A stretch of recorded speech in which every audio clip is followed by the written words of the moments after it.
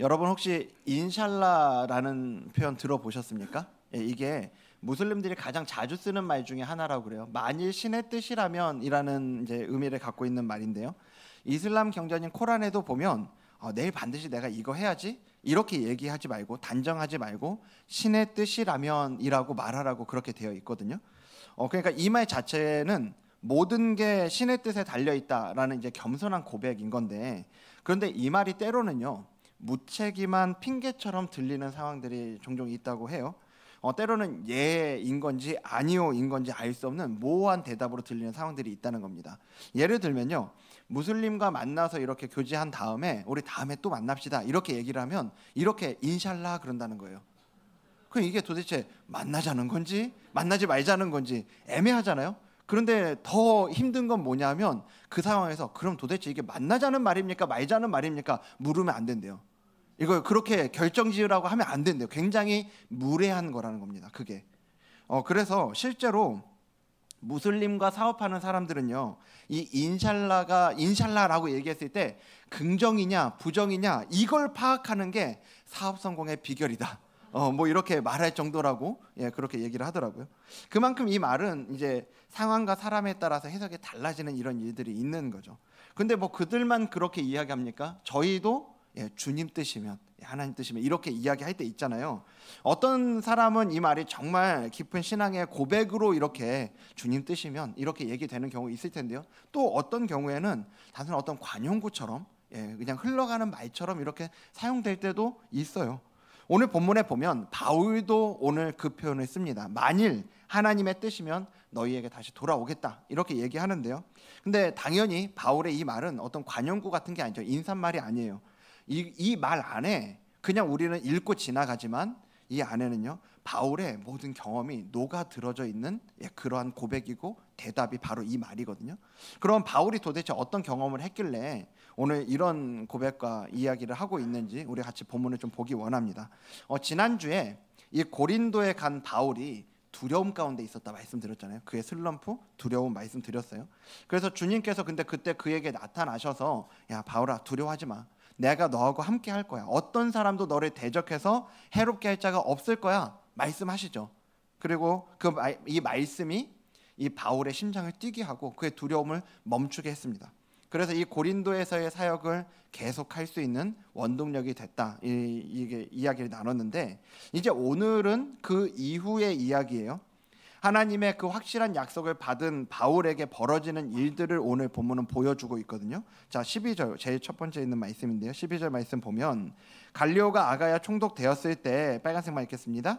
유대인이 일제히 일어나 바울을 대적하여 법정으로 데리고 가서. 자, 여기 먼저 갈리오가 아가야 총독되었을 때라고 얘기하는데 여기 나오는 이 갈리오 총독이 누구냐 하면 뭐 누군지 우린 잘 모르니까요. 근데 그 철학자 중에 이 당시에 유명한 철학자 중에 세네카라는 철학자가 있어요. 그 사람의 동생이라고 하더라고요.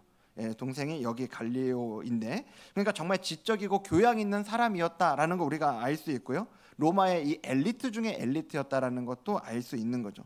이 사람에게 가서 이제 유대인들이 바울을 대적해서 이 고발을 합니다. 근데 그들이 뭐라고 고발하는지 보세요. 13절 말씀 보면 자 말하되 여기도 빨간색만 읽겠습니다. 이 사람이 율법을 어기면서 하나님을 경외하라고 사람들을 권한다. 자 여기 이 사람이 율법을 어기면서라고 표현되어 있잖아요. 여기 율법으로 번역된 단어가 헬라어로 노모스라는 단어예요. 노모스. 이 단어가 재미있는 게 저기는 율법으로 이렇게 번역이 됐는데 사실 이 노모스가 유대인의 율법을 의미할 수도 있고요. 그냥 로마의 법을 의미할 수도 있어요.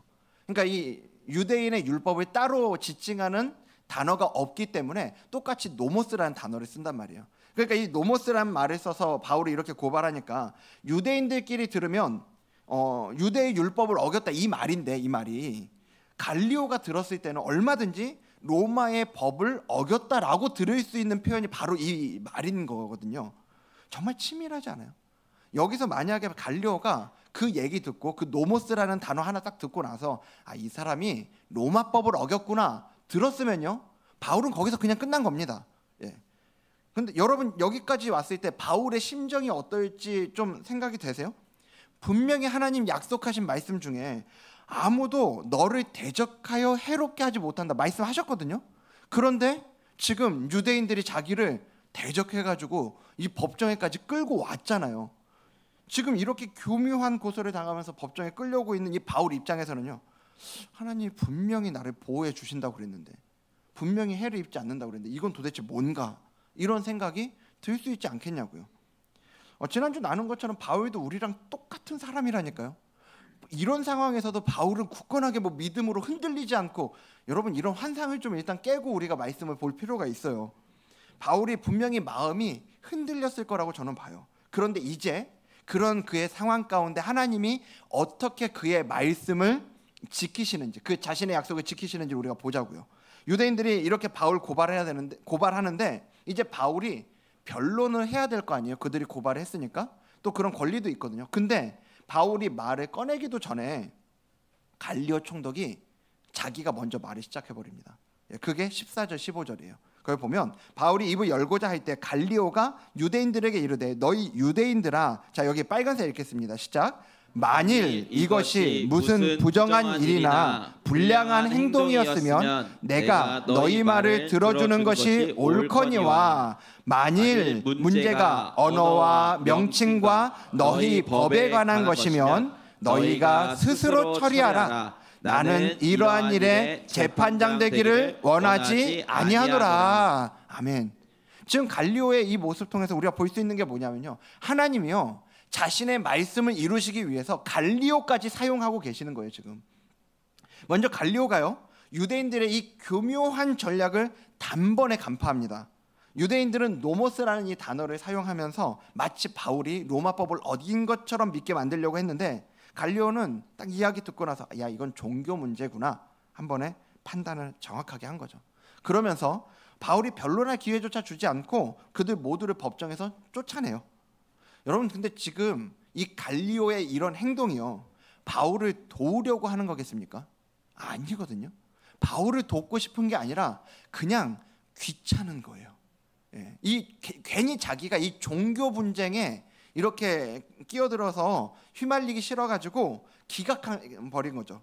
그런데 결과적으로는 이 일이 바울의 완전히 보호받게 되는 그런 일이 된 겁니다. 그리고 실제로 이때 이 판결이 근거가 되어서 이후에 선교 사역에 굉장히 힘을 얻을 수 있는 그런 일이 된 거예요. 여러분 하나님의 섭리가 지금 얼마나 정교한지 우리가 볼 필요가 있는 거죠. 바울이 법정에 끌려갈 때까지는 하나님이 보호해 주신다는데, 하나님 그렇게 말씀하셨는데 도대체 이거 뭔가, 우리가 이런 상황으로 받아들일 수 있는 거예요 바울이. 그런데 하나님이 아무도 너를 해롭게 하지 못할 거다라는 이 말씀을 이루시기 위해서 로마의 총독인 갈리오까지 사용하셔서 그 일을 이루시는 걸 지금 바울이 목도한 거 아닙니까? 그러니까 믿지 않는 이해, 그가 신앙이 있지 않을 거잖아요. 믿지 않는 사람의 무관심과 귀찮음까지도 사용하셔서 그분의 약속을 이루고 계시는 걸 본 거죠 오늘. 여러분 우리도 그런 경험들이 있잖아요. 하나님께 간절히 기도하고요 또 마음속 깊이 확신을 받아요. 하나님 평안을 주시면서 이거야, 하나님 지키신다, 보호하신다, 막 이 확신을 받는데, 근데 오히려 더 어려운 일이 찾아오는 거죠. 정말 교묘하고 복잡한 방식으로, 마치 여기 유대인들이 노모스라는 그 애매한 단어를 사용해서 갈리오를 속이려고 한 것처럼요, 우리 삶에도 그런 복잡하고 예상하지 못한 어려움들이 생기기 시작하는 거예요. 찾아와요. 그럴 때면 내가 뭐 잘못 들은 건가? 내가 잘못 생각한 건가? 하나님이 정말 나와 함께 계시기는 한 건가? 막 이제 이런 생각들이 들죠. 근데 여러분 우리가 기억해야 되는 게요, 믿음은 단순히 좋은 상황에서만 자라나지 않는다는 겁니다. 오히려 진짜 믿음은요, 하나님이 우리 가운데 이 진짜 믿음을 심으시고 그리고 그것을 만들어 가시는, 빚어 가시는 이 과정은요, 어려움과 시련 가운데요, 내 눈으로 볼 때는 절대로 안 될 것 같은 그 상황들 속에서 오히려 바로 그 상황 가운데 말씀을 이루시는 이 하나님을 경험하면서 깊어져 간다는 거예요.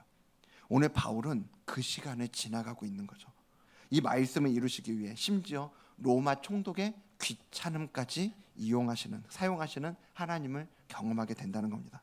한편으로는요, 우리가 이런 얘기를 보면서 아니 그런 거 필요 없고 그냥 어려움과 시련 없이 하나님이 딱 나타나셔서 일하시는 거 이런 거 보여주시면 난 믿음 가질 수 있을 것 같은데 막 이런 마음 우리가 있잖아요. 그런데 하나님이 이 하나님의 사람들을 빚어 가실 때요 반드시 사용하시는 도구가 뭐냐면 내가 생각하지 못한 나의 어떤 계산에 벗어나는 이 어려움과 시련이더라고요. 그래서 그 믿음으로 이 믿음으로 고난 중에 욥이 했던 유명한 고백이 있잖아요. 욥기 23장 10절 말씀인데요. 자, 여기는 전체 같이 읽겠습니다. 시작. 그러나 내가 가는 길을 그가 아시나니 그가 나를 단련하신 후에는 내가 순금같이 되어 나오리라. 아멘. 욥이 모든 걸 잃고 친구들마저 등을 돌려버렸을 때 하나님이 자신의 길을 아신다 이렇게 고백하는 거예요. 이해는 안 되는데 그 어려움이 자기를 순금같이 만드는 과정이라고 믿는 믿음을 이렇게 고백하고 있는 거죠. 그리고 진짜로 욥에게 그렇게 하셨어요. 그리고 바울에게도 마찬가지죠. 그 사망의 음침한 골짜기처럼 여겨지는 법정에까지 끌려갔는데 바로 거기에서 주의 지팡이와 막대기로 안위하시는 바로 그 자리에서 갈리오를 지팡이와 막대기로 쓰시는 거 아니냐고요. 그러면서 이 바울을 보호하시는 하나님의 일하심 보는 겁니다. 어떻게든 주신 말씀 붙잡고 살아보려는데 이해되지 않는 어려운 가운데 있는 분들 계실 것 같아요. 분명히 보호해 주신다고 했는데 마치 이 바울이 법정에까지 끌려가고 있는 것처럼 그렇게 지금 내 삶에 그러한 심정을 느끼고 있는 분들이요. 그렇다면 여러분 오늘 이 시간 갈리오까지 사용하셔서 말씀을 이루시는 하나님을 다시 한번 붙잡는 시간 되시길 간절히 소망합니다. 바울의 삶 속에서 그렇게 일하신 하나님께서요 오늘 저와 여러분의 삶 가운데에도 그 말씀을 반드시 이루실 줄로 믿습니다. 근데 여러분 이 사건에 이 갈리오뿐만 아니라 이 사건에 나오는 한 인물을 우리가 또 보기 원하는데 17절 말씀이에요. 17절에 보여주시면 자 모든 사람이 누구를 잡아서요? 회당장 소스데네를 잡아서 법정 앞에서 때립니다. 자 하나님은 갈리오까지 사용하시는데 하나님은 또요 소스데네까지 변화시키시는 분이 우리 하나님이시라는 거예요. 이 소스데네가 누구냐 하면 지난주 본문에 보면요 바울이 고린도에서 복음을 전할 때요 복음을 전할 때 믿고 회심한 사람 중에 회당장 그리스보라는 사람이 나와요. 그 그리스보가 회심한 이후에 새로 회당장이 된 사람이 여기 소스데네일 거다 이렇게 얘기를 하거든요. 그러니까 이제 바울을 더 적극적으로 대적했던 사람이 이 회당장 소스데네고 아마 사람들을 선동해서 바울을 고발하는데 누구보다 앞장섰던 사람이 이 사람일 거다는 우리가 그렇게 추측해 볼 수 있는 거죠. 근데 법정에서 정작 그렇게 끌고 가가지고 법정에 갔는데 제대로 재판조차 못하고 쫓겨나잖아요 다. 그러니까 지금 이 사람들의 분노가 소스데네에게 다 향한 겁니다. 이 소스데네 입장에서 이 높은 지위에 있던 사람이 지금까지 다 주동해가지고 이 일들을 이뤘던 사람이 여기서 하루아침에 역적이 돼가지고요 얻어맞고 있는 거예요. 여러분 이때 소스데네 입장에서 생각해 보면요 이 상황이 정말 황당하지 않았겠습니까? 아니 자기 딴에는 이 하나님을 위한 열심으로 이런 일들을 한 거잖아요. 그런데 지금 이런 일들이 벌어지고 있는 거예요. 정말 혼란스럽고 또 수치스러웠을 거예요. 그런데 이 소스데네에 대해서 다른데 한 번 더 이 소스데네가 또 등장을 하거든요. 고린도전서 1장 1절 바울의 인사말을 보면요 하나님의 뜻을 따라 그리스도 예수의 사도로 부르심을 받은 사울 바울과 그리고 뭐라고요? 형제 소스데네는 여기서 바울을 대적했던 그 소스데네가 고린도전서 이 나중에 에베소에 가서 이제 고린도 교회로 편지를 쓰는데 그때는 이미 형제 소스데네 바울의 형제 동역자가 된 거죠. 그러니까 바울 소스데네는요 바울을 해치려고 법정까지 끌고 갔잖아요. 근데 오히려 거기서 바울이 완전히 보호를 받는 걸 직접 목격을 한 거예요.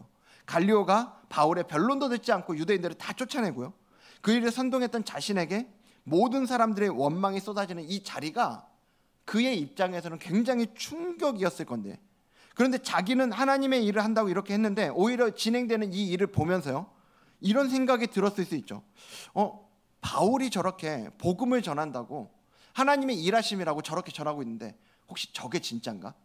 바울이야말로 하나님과 진짜 함께하고 있는 건가? 이런 생각을 했을 거라는 거예요. 그리고 그렇게 생각하면 자기는 뭐를 하고 있는 거예요?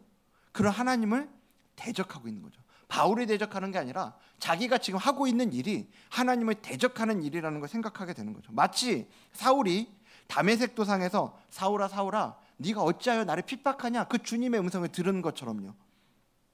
소스데네도 그 순간에 내가 하나님을 대적하고 있는 건 아닌가? 그렇게 생각했을 거라는 것을 우리가 유추해 볼 수 있는 거죠. 이때 이 소스데네 입장에서의 이 처절한 실패가 오히려 그의 마음을 흔들어 버렸던 겁니다. 하나님의 은혜가 그가 예상하지도 요청하지도 않은 방식으로 그에게 임했다는 얘기예요. 가장 낮은 자리에서 가장 수치스러운 순간에 하나님을 만난 거죠. 여기서 바울이 형제라고 부르잖아요. 그러니까 이 신앙 안에서 하나 된 관계, 이 소스데네가 완전히 다른 사람이 됐다라는 걸 우리에게 보여주고 있는 거거든요. 여러분, 하나님은요 사용할 만한 것들만 사용하시는 분이 아니라는 걸 우리가 기억해야 됩니다. 우리 하나님께는 한계가 없어요. 하나님을 대적하던 자도, 우리를 아프게 하던 사람도, 심지어 우리 자신의 실패와 굴욕까지도 하나님은 들어서 변화시키고 사용하실 수 있는 분이라는 걸 믿으시길 바랍니다. 여러분, 지금 그래서 여러분을 힘들게 하는 그 상황이 있습니까? 여러분을 대적하는 그 사람이 있습니까? 아니면 여러분 자신의 어떤 실패와 수치 가운데 있는 분들 계세요? 여러분, 낙심하지 않으셨으면 좋겠습니다. 하나님은 그 모든 것을 변화시킬 수 있는 분이라고요. 소스데네처럼 가장 절망적인 순간이 오히려 하나님을 만나는 순간이 될 수 있다는 거예요. 우리에게 예상치 않은 고난이 오잖아요. 그러면 우리는 왜 나한테 이런 일이 생기냐 이런 마음이 들어요. 근데 나중에 보면요, 내가 그렇게 왜 나한테 이런 일이 생기는가 라고 생각했던 바로 그 고난이 오히려 하나님을 더 깊이 만나는 계기가 되는 걸 저는 너무너무 많이 봅니다.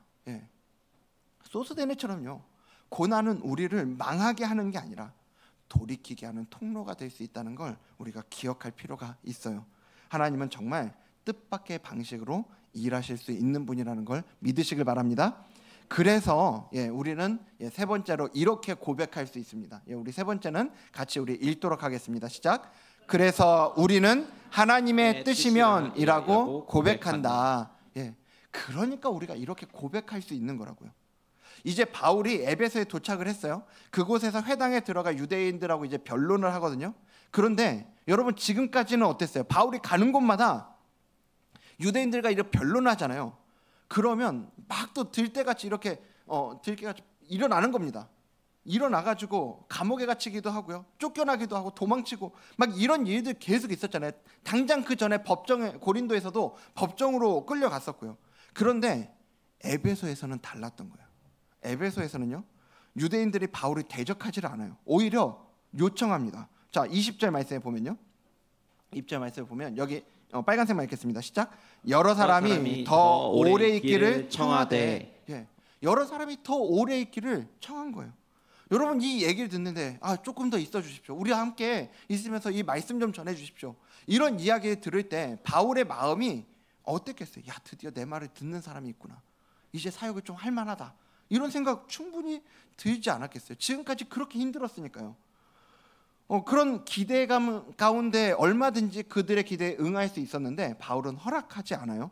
그러면서 뭐라고 대답하냐? 21절 보면 아까 이제 우리가 봤던 말씀이죠. 여기 빨간색만요 읽겠습니다. 시작. 만일 하나님의 뜻이면 너희에게 돌아오리라. 아멘. 여기 하나님의 뜻이면 이라는 이 표현이 헬라어로 테우 델론토스라는 이 말인데요, 이게 하나님의 주권에 대한 완전한 복종을 이야기하는 표현이에요. 그러니까 지금 당장은 제가 가야 되는데 하나님께서 허락하시면 다시 돌아오겠습니다, 이야기하는 거죠. 여러분, 바울이 오늘 어떻게 이렇게 고백을 할 수 있었냐고요. 그날 그 고린도의 법정에서요, 바울은 내가 너와 함께 있으니 두려워하지 말아라, 어떤 사람도 너를 대적해서 해를 입히게 할 자가 없다 라고 하신 그 주님의 약속이 로마 총독 갈리오를 통해 그대로 성취된 걸 경험했다고요. 그뿐만 아니라 이 소스데네를 통해서 하나님이 정말 뜻밖의 방식으로도, 내 계산을 넘어선 방식으로도 일하신다는 걸 목격하는 거예요. 자기를 대적하던 회당장이 법정에서 그 법정 앞에서 맞는 그 굴욕을 당한 이후에 오히려 형제가 되잖아요. 바울의 수준과 계산을 완전히 넘어서는 하나님의 일하심을 경험한 거죠. 이런 경험을 한 바울이니까 이제는 내가 느낄 때 이건 지금 내가 사역 지금 막 열심히 해야 될 때다, 할만하다, 이런 어떤 자기의 판단이나 계획보다 하나님의 뜻을 먼저 구하게 되는 거죠. 에베소 사람들이 더 머물러 있으라고 할 때도 그때도 하나님의 뜻이면 이렇게 대답한 겁니다. 한 집사님이 얼마 전에 그 링크를 보내주셔가지고요, 공유해주셔서 제가 좀 보게 됐는데, 복음의 전함이라는 그 단체에 계시는 고정민 이사장이라는 분 이야기예요. 여러분 뉴욕의 그 타임스퀘어 아시죠? 뉴욕에 있는 그 번화가 중에서도 중심 중의 중심이라고 할 수 있는 데가 그 타임스퀘어잖아요. 여기 타임스퀘어에 그분이 광고를 냈는데 무슨 광고를 냈냐면요, 사진 한번 보여주시겠어요? 저 사진이에요. 잘 보이실지 모르겠는데 It's okay with Jesus, 예수님과 함께라면 괜찮습니다. 이 요한복음 3장 16절 말씀하고 덧붙여서 저렇게 광고를 냈는데, 얼마 동안 저 광고를 냈냐면요, 저 비싼 자리에 175일간, 그러니까 4,200시간 환산하면 그쯤 된다고 그러더라고요. 이 시간 동안 저 예수님 광고만 저렇게 내건 겁니다. 여기 타임스퀘어 광고가 얼마나 비싸겠냐고요. 위치에 따라 다르지만 하루에만 더 수십만 달러가 들어가는 게 저 광고라고 그래요. 뭐 175일이면 생각만 해도 뭐 어마어마한 돈이겠죠. 여러분, 근데 이분이 어떻게 이런 일을 하게 됐냐, 그걸 제가 좀 이렇게 보니까요, 원래 이분이요 18년 동안 광고 업계에서 성공적으로 일하던 사업가셨대요. 뭐 클라이언트가 소니나 뭐 파나소닉, 심지어는 청와대까지 있었다고 그래요. 그 정도로 잘 나가는 회사였는데 어느 날 이분이 한 분을 만난 거예요. 생수를 배달하는 분이 생수통을 갖다 주시면서 말씀을 가져다 주는 걸 이분이 이렇게 경험을 한 겁니다. 그래서 그분한테 질문했대. 이러냐 하면서 좀 불편하지 않냐고, 힘들지 않냐 이렇게 물어보니까 때로는 뭐 발로 차기도 하고 계약을 깨기도 한다고 이렇게 이야기해서 그런데 왜 이 일을 계속하고 계세요? 이렇게 물어보니까요, 이분이 이렇게 대답을 했다는 겁니다. 제 직업이 그렇게 영향력 있는 직업은 아니긴 한데 저는 이 생수를 배달하면서 복음을 전합니다. 이렇게 그 생수 배달하시는 분이 대답을 했대요. 그 말을 듣는 순간 이분이 나는 하나님께서 주신 달란트를 나를 위해서만 쓰고 있었구나, 하나님께서 주신 달란트를 땅에다 묻어두고만 있었구나, 이 생각을 했다고 하시더라고요. 그러면서 그 잘되는 회사 다 정리하고 복음의 전함이라는 이 단체를 만들어가지고요, 하나님을 광고하는 걸 이분이 하고 계시는 겁니다. 그 단체에서 저도 종종 그 광고 본 적이 있거든요. 그러다가 결국 이 엄청난 비용을 들여서 타임스퀘어에 찾아보니까 10년 전에도 이 타임스퀘어에 그렇게 광고를 냈어요. 근데 또 10년 만에 그 사이에 누구도 그 타임스퀘어에 광고를 낸 사람이, 예수님 광고를, 복음 광고를 낸 사람이 없더래요. 그래서 또 낸 겁니다. 이분이 이 일들을 한 거죠. 여러분, 이분이 하나님의 뜻이면이라는 이 고백으로 이 자리에 나간 거예요. 그건 단순한 말이 아니라 이분의 모든 걸 걸고, 이 주님 뜻이라는 것에 모든 걸 걸고 순종하겠다는 결단으로 이러한 자리로 나아간 거죠. 바울도 오늘 마찬가지인 거예요. 에베소 사람들이 더 머물러 달라고 요청했을 때 하나님의 뜻이면이라고 말한 건요, 어떤 자기의 욕심이나 계획보다 하나님의 뜻을 우선하겠다라는 그 경험에서 나온 깊은 고백이었던 거죠. 그리고 하나님은 실제로 바울의 고백대로 바울을 다시 에베소로 돌아가게 하세요. 19장 20절 말씀 보면 그 부분이 나오거든요. 아볼로가 고린도에 있을 때 바울이 윗지방으로 다녀 에베소에 와서라고, 이렇게 이 3차 전도 여행 때 에베소에 실제로 갔던 걸 우리에게 보여줍니다. 하나님께서 바울이 하나님의 뜻이면 인샬라, 무슬림 언어로 인샬라 이랬는데 그게 빈말이 아니라 정말 그 말대로 되게 했던 거죠. 혹시 여러분 중에 아직 이 하나님의 말씀이 현실로 이루어지는 걸 경험하지 못한 분 계십니까?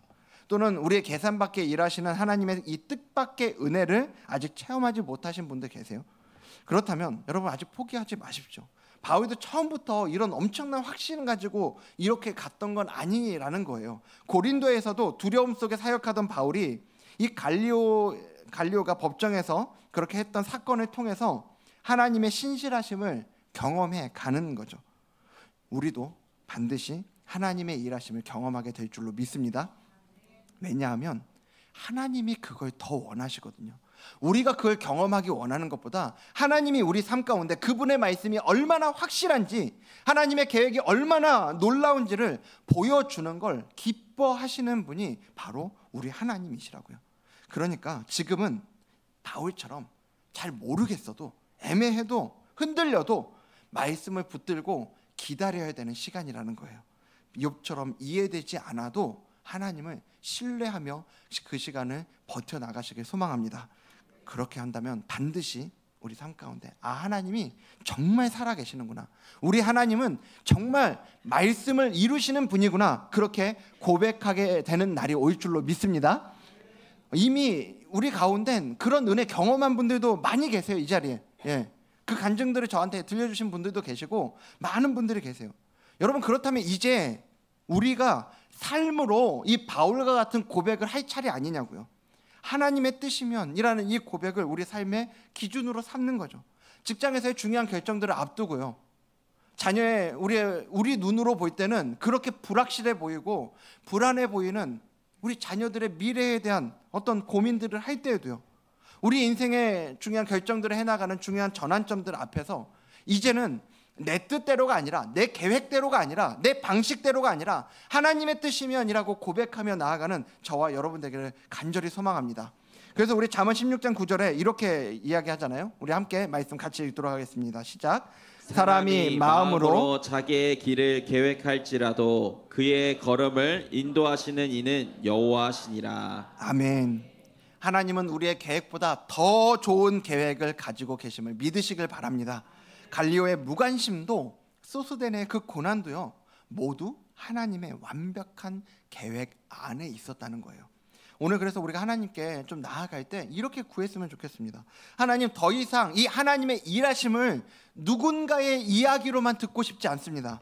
말씀대로 이루시는 하나님, 제 계산을 넘어 일하시는 하나님을 제가 경험하기를 원합니다. 무엇보다 그 경험을 통해 내 뜻대로가 아니라 하나님 뜻이면을 고백하는 그 자리로 나아갈 수 있게 해달라고 우리가 그렇게 하나님 앞에 좀 간구하면서 나아갔으면 좋겠어요. 그래서 오늘 그 간구로 주님 앞에 나아갈 때 우리 삶 속에 살아 역사하시는 하나님을 경험하며 하나님의 뜻을 고백하며 나아가는 저와 여러분 되기를 주님 이름으로 축복합니다.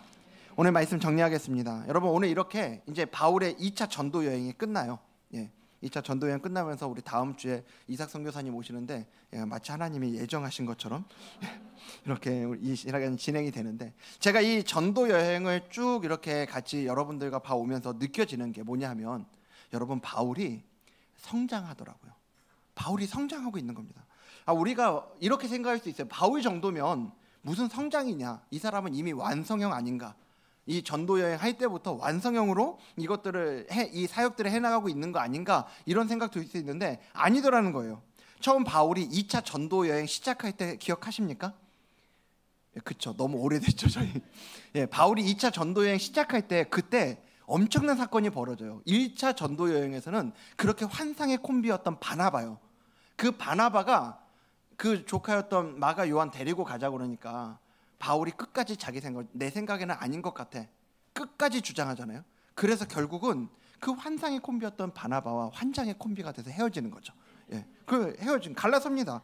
그리고 마게도냐로 넘어갈 때도요, 자기 계획대로 여기 가려다 막히고 저기 가려다가 안 되고, 그런 끝에 성령님께서 인도하셔서 여기 마게도냐로 가는 거잖아요. 이 바울이요, 고집이 보통이 아니에요. 그리고 얼마나 바울이 완벽주의자냐고요. 계획을 ABC, 자기 그 계획을 다 세워서 가야 되는 사람이에요. 서신서 보면 그런 거 아주 묻어나거든요.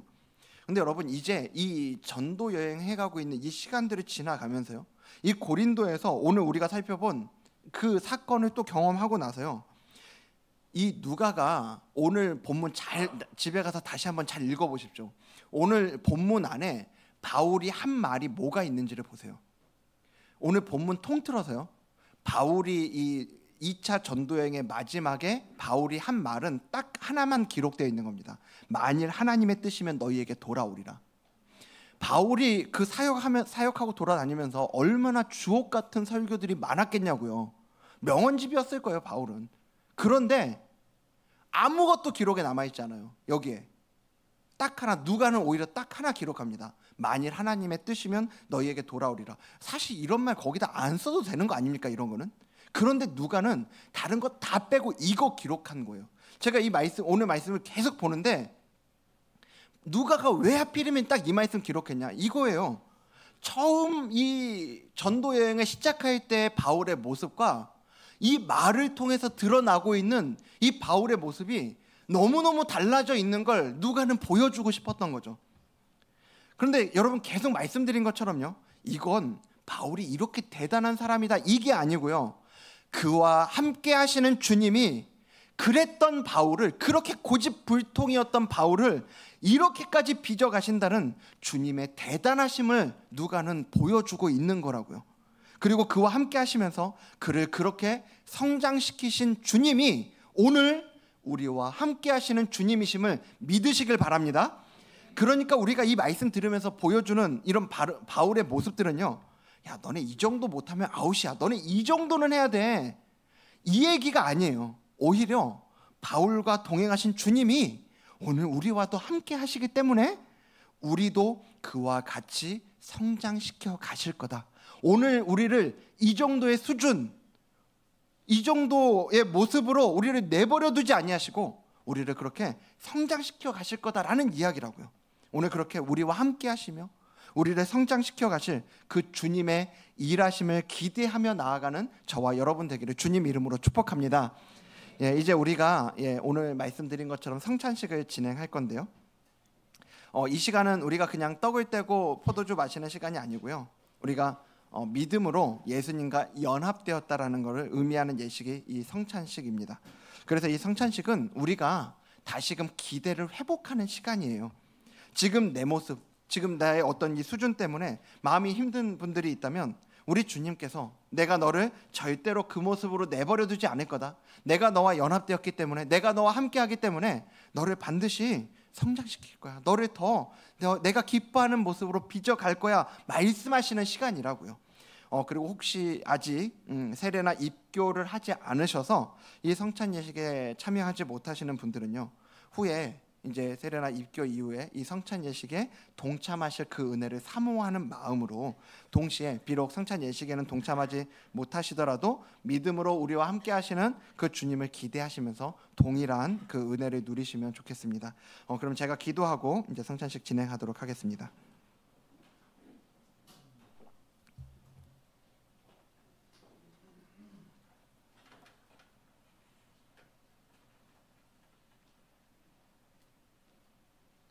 귀하신 주님, 오늘 우리에게 성찬의 은혜를 허락하신 주님께 감사를 드립니다. 이 거룩한 시간을 통해 우리가 예수님과 연합된 자임을 다시 확인하는 시간이 되게 하여 주시옵소서. 주님, 오늘 바울의 여정을 통해 배운 것처럼 우리의 연약함과 실패, 두려움까지도 사용하셔서 우리를 빚어가시는 하나님의 은혜를 깊이 깨닫게 하여 주시옵소서. 지금 내 모습과 내 수준 때문에 마음이 힘든 이들에게 이 성찬을 통해 새로운 소망과 기대를 회복하게 하시고, 주님께서 우리를 결코 지금의 모습 그대로 내버려 두지 않으실 것을 믿는 시간이 되게 하여 주시옵소서. 이 시간 우리 모두가 그렇게 하나님 뜻이면이라고 고백하며 주님 뜻에 순종하는 믿음을 새롭게 다짐하는 이 시간 되게 하여 주시옵소서. 그렇게 일하실 예수님의 이름으로 기도드립니다. 아멘.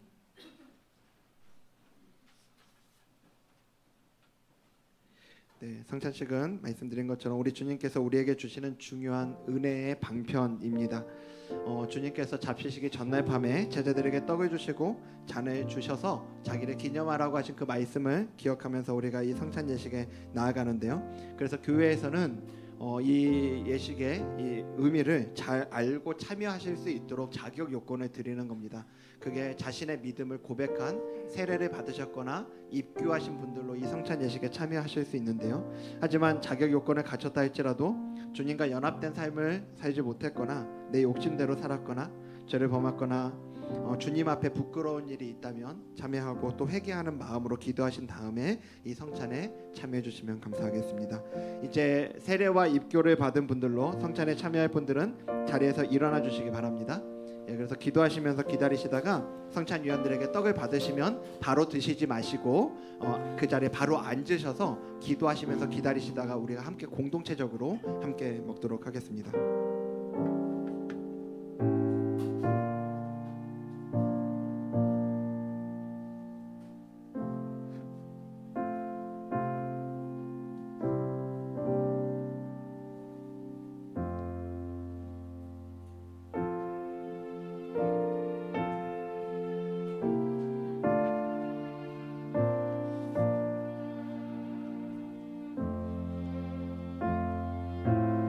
내가 너희에게 전한 것은 주께 받은 것이니 곧 주 예수께서 잡히시던 밤에 떡을 가지사 축사하시고 떼어 이르시되 이것은 너희를 위하는 내 몸이니 이것을 행하여 나를 기념하라 하시고 식후에 또한 그와 같이 잔을 가지시고 이르시되 이 잔은 내 피로 세운 새 언약이니 이것을 행하여 마실 때마다 나를 기념하라 하셨으니 너희가 이 떡을 먹으며 이 잔을 마실 때마다 주의 죽으심을 그가 오실 때까지 전하는 것이니라. 그러므로 누구든지 주의 떡이나 잔을 합당하지 않게 먹고 마시는 자는 주의 몸과 피에 대하여 죄를 짓는 것이니라. 사람이 자기를 살피고 그 후에야 이 떡을 먹고 이 잔을 마실지니 예수께서 이르시되 나의 양식은 나를 보내신 이의 뜻을 행하며 그의 일을 온전히 이루는 이것이니라.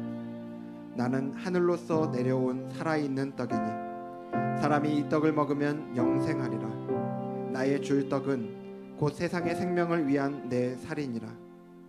썩을 양식을 위하여 일하지 말고 영생하도록 있는 양식을 위하여 하라. 이 양식은 인자가 너희에게 주리니 인자는 아버지 하나님께서 인치신 자니라. 예수께서 이르시되 내가 진실로 진실로 너희에게 이르노니 모세가 하늘로부터 떡을 준 것이 아니라 내 아버지께서 너희에게 하늘로부터 참 떡을 주시나니 하나님의 떡은 하늘에서 내려 세상에 생명을 주는 것이니라. 예수께서 이르시되 나는 생명의 떡이니 내게 오는 자는 결코 줄이지 아니할 터이요 나를 믿는 자는 영원히 목마르지 아니하리라. 그러므로 예수께서 그들에게 이르시되 내가 진실로 진실로 너희에게 이르노니 아들이 아버지께서 하시는 일을 보지 않고는 아무것도 스스로 할 수 없나니 아버지께서 행하시는 그것을 아들도 그와 같이 행하느니라. 내가 진실로 진실로 너희에게 이르노니 내 말을 듣고 또 나 보내신 이를 믿는 자는 영생을 얻었고 심판에 이르지 아니하나니 사망에서 생명으로 옮겼느니라. 아버지께서 내게 주시는 자는 다 내게로 올 것이요 내게 오는 자는 내가 결코 내쫓지 아니하리라. 수고하고 무거운 짐진 자들아 다 내게로 오라. 내가 너희를 쉬게 하리라. 나는 마음이 온유하고 겸손하니 나의 멍에를 메고 내게 배우라. 그리하면 너희 마음이 쉼을 얻으리라.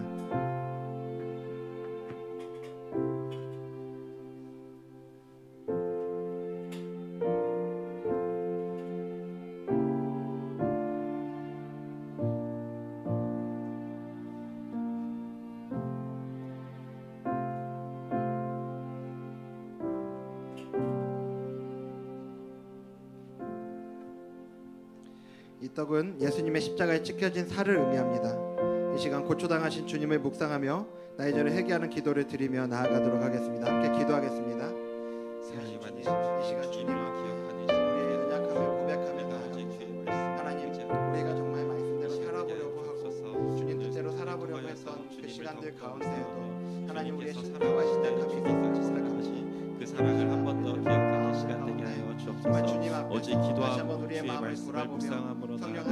하나님께서 우리의 심령 가운데 이 시간 일하시는 것을 경험하는 우리 모두가 되게 하여 주옵소서. 주 예수 그리스도의 사랑을 정말 기억하게 하나님께서 우리에게 하여 허락하신 주옵소서. 이 은혜의 주님을 방편을 더욱더 묵상하게 하여 우리가 누리기를 주옵시고 원합니다. 오직 기도함으로 정말 이것을 나아가는 힘입어 우리 한 명을 우리 다시 사랑할 수 한번 있도록 결단하며 허락하여 정말 주시옵소서. 주님 은혜 주시는 오늘 그 은혜의 자리로 진행합니다. 나아갈 수 있기를 진행하는 그 원합니다. 모든 가정 주님 이 시간 가운데 우리들의 마음을 주님만을 주장하여 바라보시고 주셔서 우리의 이 시간 마음을 하나님께서 위해서 우리에게 주의 주시는 사랑을 온전한 한 그 번 더 은혜의 자리 생각하고 누리며 나아갈 수 묵상함으로 있도록 나아가는 우리 한 명한 명 되게 역사하여 하여 주시옵소서. 주시옵소서. 하나님 아버지, 이 시간 주님의 거룩한 떡을 대하며 우리 주님께서 십자가에서 흘리신 보혈과 그 부서진 몸을 기억합니다. 이 떡이 우리 입에 들어가 부서지는 것처럼 주님의 몸이 우리를 위해 부서지심을 깊이 묵상하는 시간이 되게 하시고 그 은혜로 우리의 모든 짐과 연약함이 주님 십자가 앞에 내려놓아지는 시간 되게 하여 주시옵소서. 오늘 말씀처럼 주님은 우리의 계획과 한계를 넘어 일하시며 우리의 삶 속에 놀라운 뜻을 이루시는 분임을 고백합니다. 이 떡을 먹으며 주님과 연합된 삶을 살게 하여 주시옵시고 날마다 주님을 생명의 양식으로 신뢰하며 순종하는 믿음을 허락하여 주시옵소서. 그렇게 일하실 예수님의 이름으로 기도드립니다. 아멘. 이 시간 주님의 살이 찢긴 것처럼 받으신 떡을 상징적으로 반으로 나누어 드시도록 하겠습니다.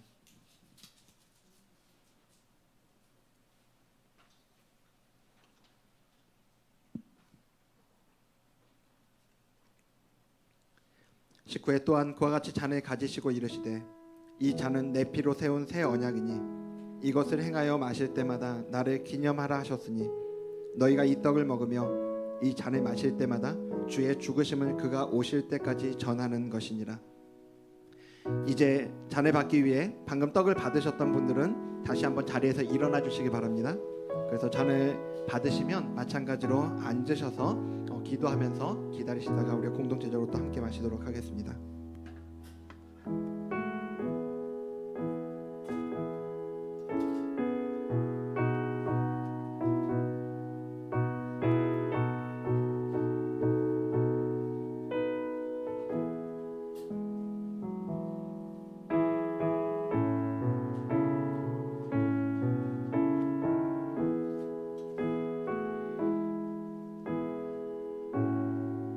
그는 실로 우리의 질고를 지고 우리의 슬픔을 당하였거늘 우리는 생각하기를 그는 징벌을 받아 하나님께 맞으며 고난을 당한다 하였노라. 그가 찔림은 우리의 허물 때문이요 그가 상함은 우리의 죄악 때문이라. 그가 징계를 받음으로 우리는 평화를 누리고 그가 채찍에 맞음으로 우리는 나음을 받았도다.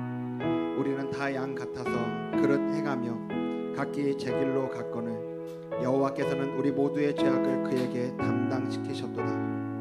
그가 곤욕을 당하여 괴로울 때에도 그의 입을 열지 아니하였으며 마치 도수장으로 끌려가는 어린 양과 털 깎는 자 앞에 잠잠한 양같이 그의 입을 열지 아니하였도다. 그는 곤욕과 신문을 당하고 끌려갔으나 그 세대 중에 누가 생각하기를 그가 살아있는 자들의 땅에서 끊어짐은 마땅히 형벌받을 내 백성의 허물 때문이라 하였으리요.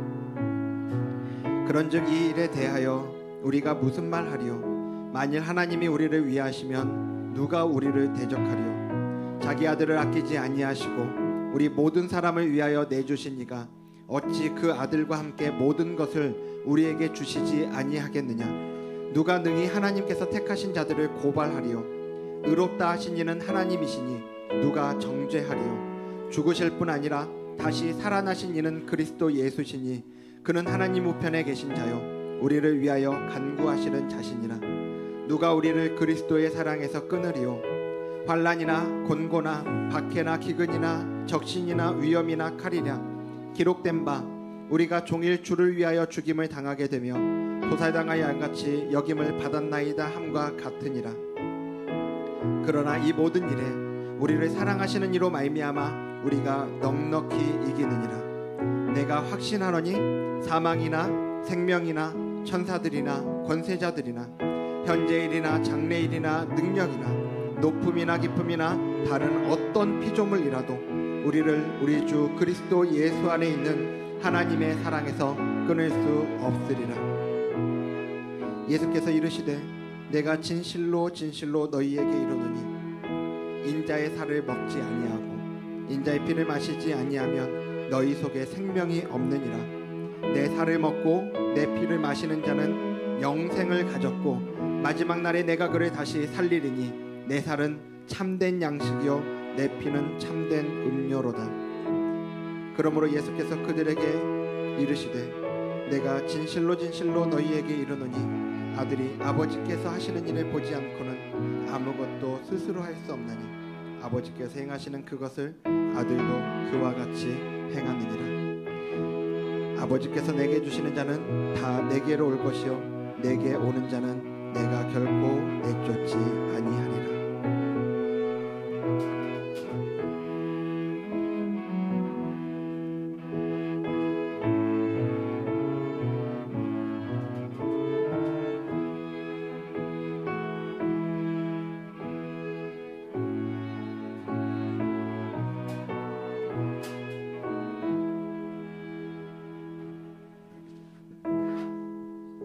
우리의 죄를 씻고 다시 정결케 하는 유일한 길은 오직 예수 그리스도의 피를 의지하는 것 외에는 없습니다. 이 시간 십자가의 보혈을 의지하며 세상을 이기는 은혜 주시기를 간구하면서 함께 기도하며 나아가도록 하겠습니다. 기도하겠습니다. 사랑이 많으신 주님, 이 시간 주님을 이 시간 더욱더 묵상합니다. 주님께서 사랑하실 때 주님께서 십자가에서 그 흘리신 피를 묵상함으로 나아갑니다. 주님을 기도함으로 나아가오니 주의 사랑을 더욱더 실천하고 또 이 시간 주님의 그 십자가의 보혈을 의지하며 주님 앞에 나아갑니다. 성령 하나님, 십자가를 한 번 더 이 시간 기억합니다. 우리의 심령을 주님께서 다시 우리의 한번 영락하신 정결케 하시며 교회사 주님을 더욱더 의지하는 마음을 우리가 더욱더 깊어지게 하여 주시옵소서. 주의 말씀 하나님, 세상 가운데 우리가 살아가는 우리의 모든 삶의 자리들, 아버지 하나님, 그 모든 근심, 고난과 하나님 염려와 주님 모든 생각들이 이 시간 주님 십자가의 보혈로 주님 덮어지는 시간이 되게 하여 주시옵소서. 이 십자가의 보혈의 능력으로 다시 한번 승리하며 나아가는 우리 모두가 될 수 있도록 역사하여 주시옵소서. 하나님 아버지, 이 시간 주님의 거룩한 잔을 대하며 우리를 위해 십자가에서 흘리신 주님의 보혈을 기억합니다. 이 잔을 마실 때마다 우리의 죄와 허물이 주님의 피로 깨끗하게 씻어지고 하나님의 자녀로 회복되는 은혜를 새롭게 경험케 하여 주시옵소서. 오늘 바울의 고백처럼 우리도 하나님의 뜻이면이라고 말할 수 있는 믿음을 허락하여 주시옵소서. 주님의 보혈이 우리의 고집과 계산과 두려움을 씻어내시고 모든 상황 가운데 하나님의 뜻을 구하며 순종하는 겸손한 마음을 허락하여 주시옵소서. 주님의 보혈의 능력으로 담대히 하나님의 뜻에 순복하며 살아가게 하실 그 은혜를 기대하며 예수님의 이름으로 기도드립니다. 아멘. 이제 받으신 잔을 함께 마시도록 하겠습니다.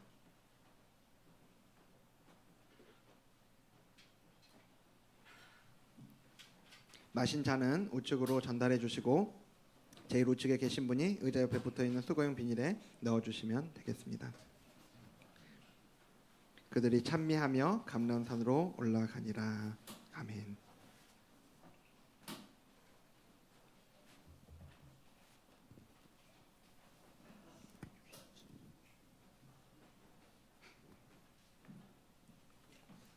네, 이 시간에 우리 함께 오늘 들은 말씀 기억하며 이 시간 또 성찬을 통해서 우리에게 주신 은혜를 기억하면서 함께 찬양하며 나아가기 원하는데요. 우리 예배 시작할 때 함께 고백했던 찬양입니다. 나는 일어섭니다 라는 그 찬양이요, 우리가 정말 아무것도 보이지 않는 그 자리 가운데 주님의 약속을 잊을 바로 그때에도 주님이 우리를 붙들어 주셨기 때문에 우리가 오늘 이 자리에 있을 수 있습니다. 우리를 끝까지 포기하지 않으시는 주님, 그 주님의 일하심에 우리가 함께 동참하는 마음으로 또 주님 앞에 우리의 마음을 드리며 이 시간 함께 찬양으로 고백하며 나아가도록 하겠습니다. 어둠 속에 아무것도 보이지 않는, 어둠 속에 아무것도 보이지 않아 주님의 약속을 잊을 때에도 주가 붙드시기에 버텨내는 삶, 우리 주님이 원하는 삶이요,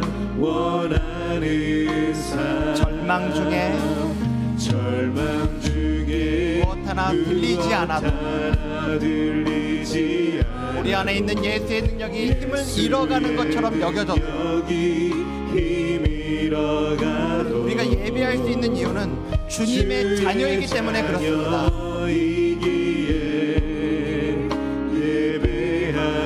우리 주님이 우리에게 원하시는 그 자리, 그 삶의 자리로 나아가기 원합니다. 우리 함께 이렇게 고백합니다.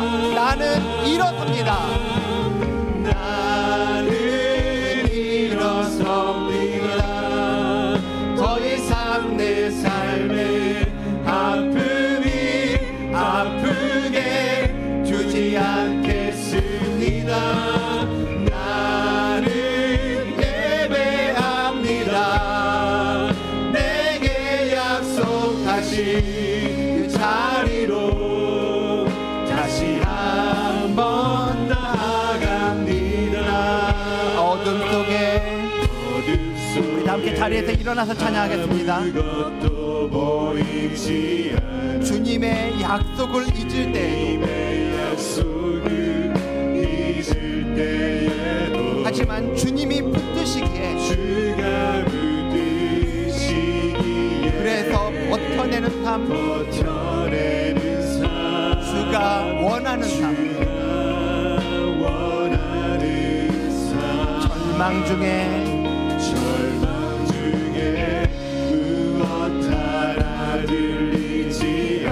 예수의 능력이 힘을 잃어가고 주의 자녀이기에 우리 주님께 예배로 나아가는 삶, 예배하는 삶, 우리 주님이 원하는 삶, 우리 함께 고백합니다. 나는 일어섭니다. 나는 일어섭니다. 더 이상 내 삶의 아프게 두지 않겠습니다. 나는 예배합니다.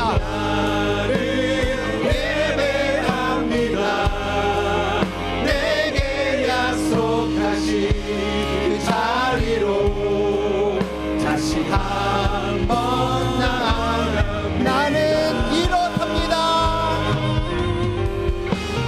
나는 일어섭니다. 우리가 이렇게 결단하며 나아갑니다. 아프게 그대로 내버려 두지 않겠습니다. 나는 예배합니다.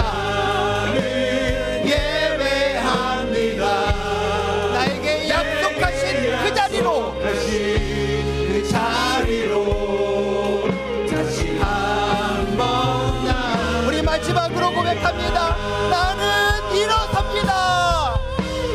나는 일어섭니다. 더 이상 내 삶의 아프게 두지 않겠습니다. 나는 예배합니다. 내게 약속하신 그 자리로 다시 한번 나아갑니다. 아멘. 오늘 말씀을 기억하면서 또 성찬을 통해 우리에게 주신 은혜를 기억하며 우리 함께 기도하며 나아가기 원합니다.